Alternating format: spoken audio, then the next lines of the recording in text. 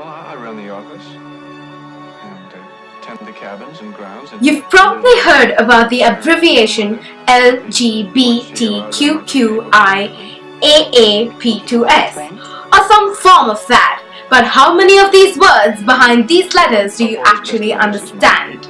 Most people understand the first four, but things get a little tricky after that. So let's get started with the basics.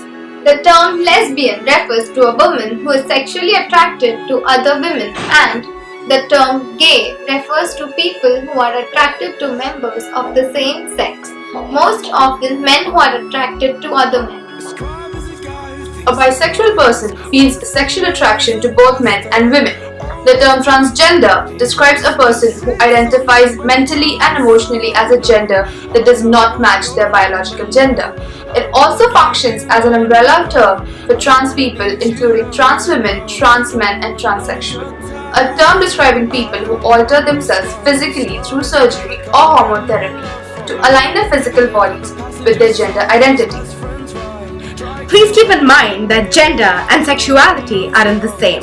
A phrase to help you remember this distinction is sexual orientation is who you go to bed with, and gender identity is who you go to bed as. That brings us to the first confusing letter Q. This one letter actually stands for all of the letters together, queer. It's another umbrella term and it applies to all LGBT plus people as a whole. And it's a lot shorter and easier to say than LGBTQIAAP2S. Some people also use queer as a general term to help identify themselves if they don't feel that they fit into any certain letter or group. The next Q also covers a large group, but this one stands for questioning. Just like it sounds, the term questioning describes people who are wondering whether or not they belong in the queer community or are still questioning their gender identity or sexual preference. I stands for intersex. Intersex people are born with or develop genitals with ambiguous sexual characteristics because of chromosomal or hormonal abnormalities. Doctors often choose a gender for intersex babies and assign that gender through surgery soon after birth. It should also be noted that the outdated term hermaphrodite is considered offensive and should not be used to describe these types of people. The first A in this litany of letters stands for asexual, a person who feels only romantic attraction, not sexual attraction towards any gender. This is not to be confused with agender, which describes people who identify as neither male nor female.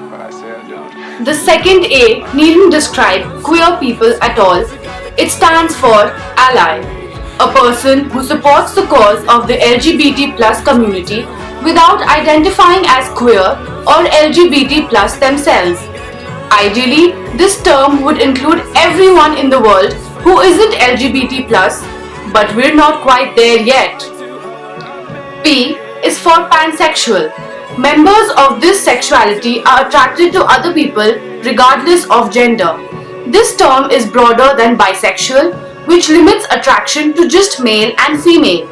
Pansexuality is also often related to an attraction to another person's personality. And that's the queer alphabet. Even if you don't fit into any of these categories, I hope that you now have a better understanding of the people around you or even yourself and can work towards being a better ally for queer people throughout the world. With that, I'd like to end this by saying love is love, whether you're a LGBTQIAAP2S or not. Thank you.